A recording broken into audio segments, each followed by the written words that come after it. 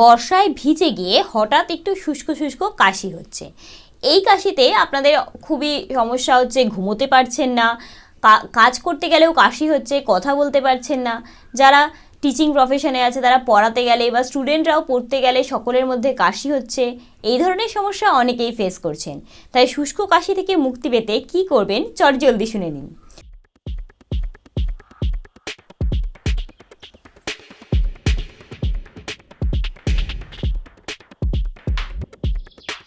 প্রথমেই আমরা জেনে নিই শুষ্ক কাশি কী কী কারণে হতে পারে।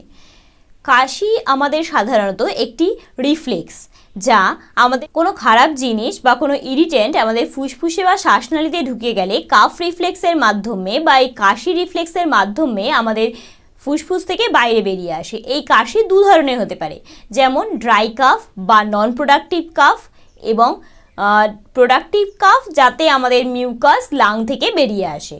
সাধারণত এই নন প্রোডাক্টিভ কাফকে আমরা ড্রাই কাফ বলতে পারি। কী কী কারণে এই ড্রাই কাফ হতে পারে?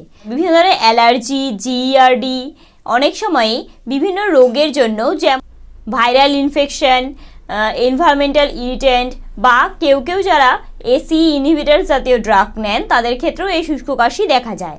অনেক সময় লাং ক্যান্সার, কোলাপস লাংস এবং হার্ট ফেলিয়ারের মতো বড় বড় রোগেও এই শুষ্ক কাশি দেখা যায়। শুষ্ক কাশির এক ঘরোয়া উপায় হলো গরম জল এবং লবণ। গরম জল এবং লবণ দিয়ে যদি আমরা গার্গিল করি, যে লবণ আমাদের গলার কোষের ইনফ্ল্যামেশন হলে সেই ইনফ্ল্যামেশন কমাতে সাহায্য করে।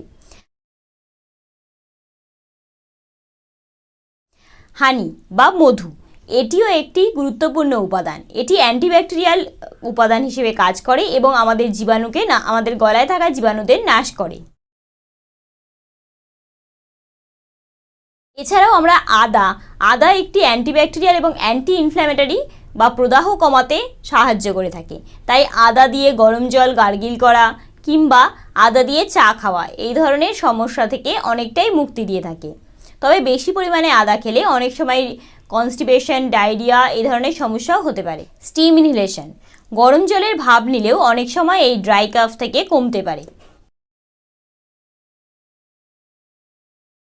মেন্থল বা পুদিনা পাতা, এটিও আমাদের ড্রাই কাফ থেকে অনেকটাই আরাম দেয়। যদি আমরা পুদিনা পাতার চা কিংবা গরম জলে গার্গিল করি তাহলে আমরা অনেকটাই এই ড্রাই কাফ থেকে আরাম পেতে পারি। ড্রাই কাফের সিরাপ হিসেবে ডেক্সমেথরফেন, ক্যাম্ফর, মেন্থল এই ধরনের পদার্থ ব্যবহার করা হয়ে থাকে। ড্রাই কাফের জন্য সাধারণত আমরা সিরাপ খেয়ে থাকি। ড্রাই কাফ অনেক দিন ধরে স্থায়ী হয় কিংবা খুব বেশি পরিমাণে হচ্ছে, তবে অবশ্যই চিকিৎসকের কনসাল্ট করুন এবং সঠিক পদ্ধতিতে চিকিৎসা চালিয়ে যাবেন। সুস্থ থাকবেন, সাবধানে থাকবেন। দেখা হবে অন্য কোনো ভিডিওতে। ততক্ষণের জন্য আমাদের ভিডিওগুলি দেখতে থাকুন, লাইক করুন, শেয়ার করুন এবং অবশ্যই চ্যানেল নতুন হলে সাবস্ক্রাইব করে বেল আইকন বাজিয়ে দিন। ধন্যবাদ।